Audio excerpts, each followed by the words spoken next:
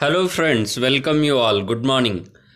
Uh, Today, I'm going to tell you one interesting story of written by Ruskin Bond, Padma Bhushan and Padma Shri winner writer. It is related to our banking and how bank can fail. So you will find it interesting. So in the first part, I am going to tell you in the English, and in the second part, I am going to tell you in the our mother tongue, Marathi language. So let us start the story of Ruskin Bond. Before that, Ruskin Bond have been won the Padma Bhushan and Padma Shri award. Ruskin Bond is an Indian author of British descent.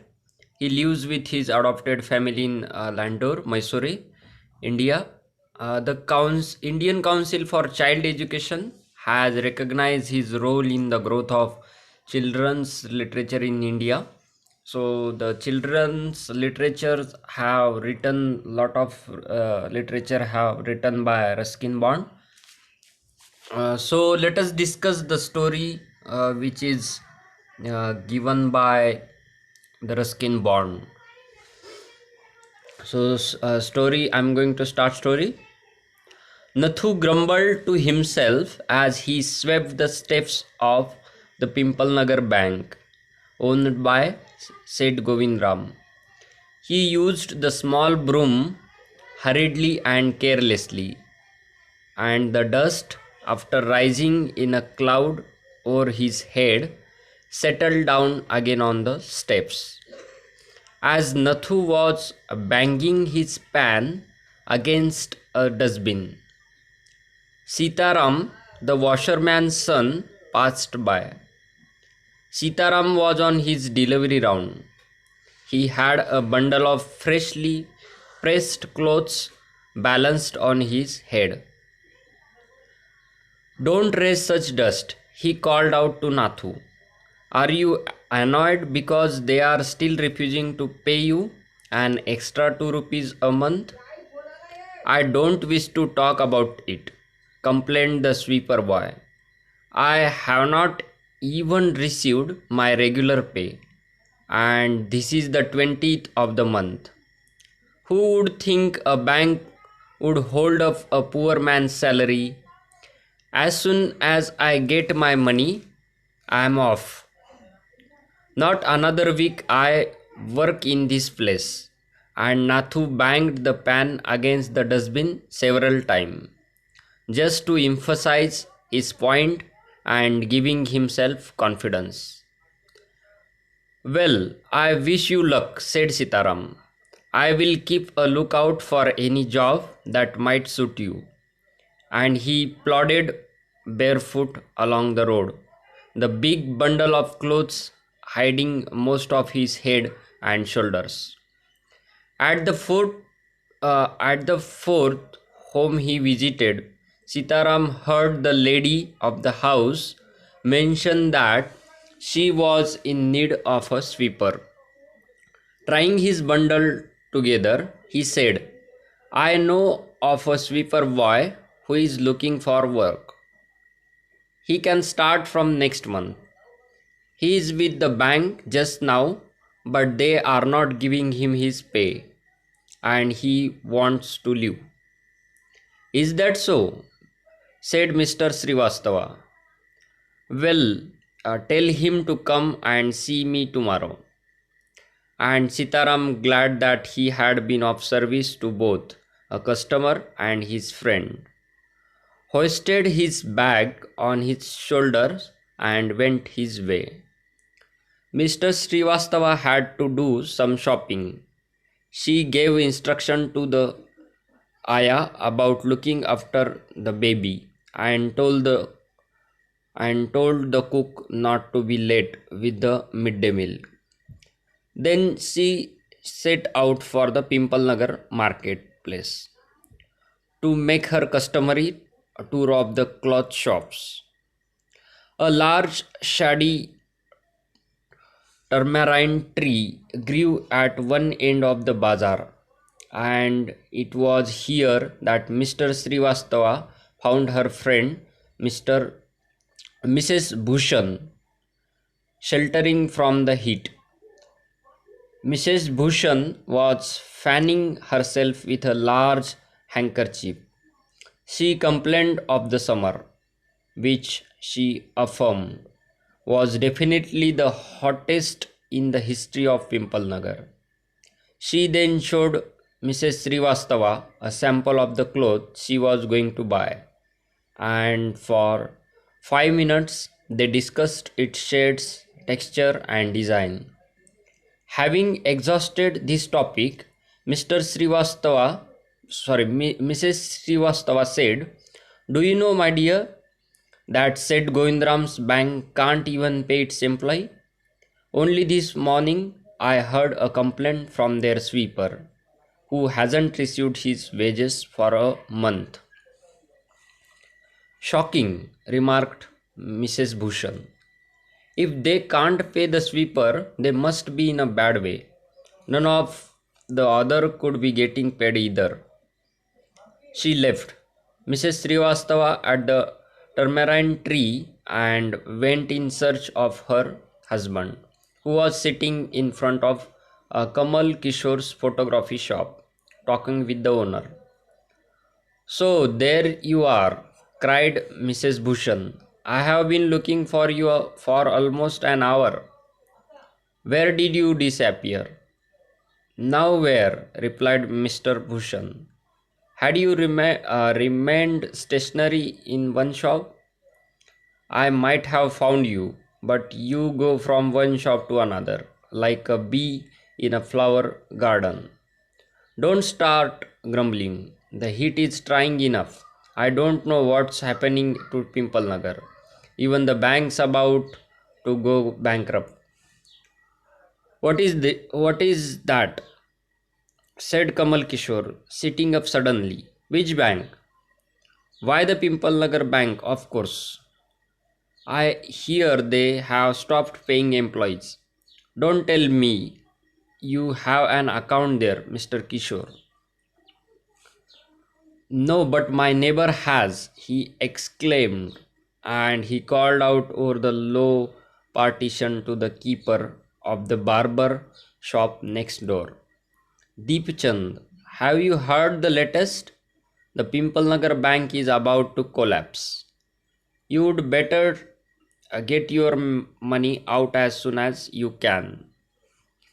Deepchand, who was cutting the hair of an elderly gentleman, was so startled that his hand shook and he nicked his customer's right ear. The customer yelped with pain and distress pain, because of the cut, and distress because of the awful news he had just heard. With one side of his neck still unshaven, he sped across the road to the general merchant store where there was a telephone. He dialed Seth Govindram's number. The Seth was not at home. Where was he then? The Seth was holidaying in Kashmir. Oh, was that so? The elderly gentleman did not believe it. He hurried back to the barber shop and told Dipchand, "The bird has flown. Seth Govindram has left town. Definitely it means a collapse." And then he dashed out of the shop, making a beeline for his office and checkbook. The news spread through the bazaar with the rapidity of forest fire. From the general merchants, it traveled to shop, circulated amongst the customers, and then spread with them in various directions. To the betel seller, the tailor, the free vendor, the jewelers, the beggar sitting on the pavement. Old Ganpat, the beggar, had a crooked leg. He had been squatting on the pavement for years, calling for alarms. In the evening, someone would come with a barrow and take him away. He had never been known to walk, But now, on learning that the bank was about to collapse, Ganpat astonished everyone, leaping to his feet and actually running at top speed in the direction of the bank. It soon became known that he had 1,000 rupees in saving. Men stood in groups at street corner discussing the situation. Pimpalnagar seldom had a crisis, seldom or never had floods, earthquakes, or drought, and the imminent crash of the Pimpalnagar bank set everyone talking and speculating and rushing about in a frenzy. Some boasted of their foresightness, congratulating themselves on having already taken out their money or on never having put any in the bank. Others speculated on the reasons for the crash, putting it all down to excesses indulged in by Seth Govindram. The Seth had fled the state, said one.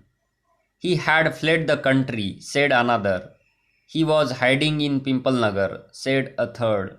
He had hanged himself from the torment tree, said a fourth, and had been found that morning by the sweeper boy. By noon, the small bank had gone through all its ready cash, and the harassed manager was in a dilemma. Emergency fund could not only be obtained from another bank some 30 miles distance, and he wasn't sure he could persuade the crowd to wait until then. And there was no way of contacting Seth Govindram on his houseboat in Kashmir. People were turned back from the counters and told to return the following day. They did not like the sound of that, and so they gathered outside on the steps of the bank shouting, "Give us our money or we will break in and fetch the set. We know he is hiding in a safe deposit locker." Mischief makers who didn't have a paisa in the bank joined the crowd and aggravated their mood. The manager stood at the door and tried to placate them. He declared that the bank had plenty of money but no immediate means of collecting it. He urged them to go home and come back the next day.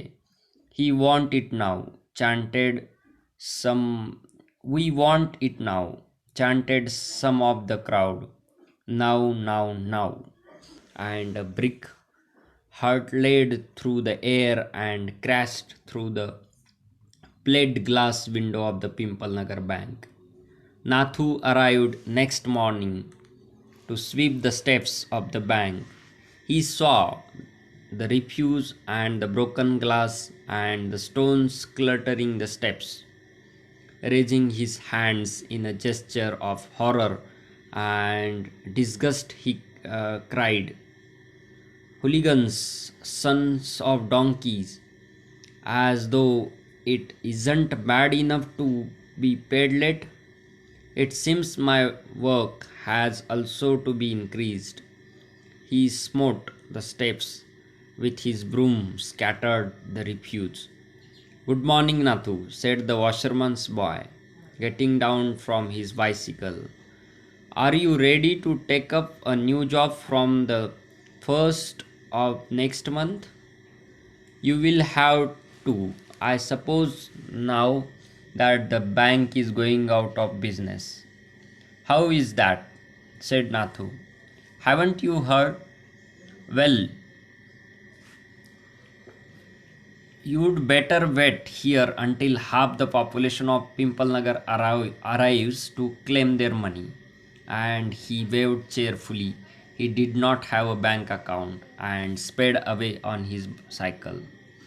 Nathu went back to sweeping the steps, muttering to himself, When he had finished his work, he sat down on the highest step to await the arrival of the manager.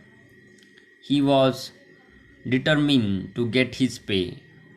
Who would have thought the bank would collapse? He said to himself and looked thoughtfully into the distance. I wonder how it could have happened. The end of the story. So, friends, this was the story. I don't know you got it or not, how the bank collapsed, Pimple Nagar bank collapsed. So, if you didn't understand, then listen the Marathi version of this story, but you will get the insight that how banks collapses or how bank works on the faith of people. So I find it interesting. That's why I try to uh, give you an extra something.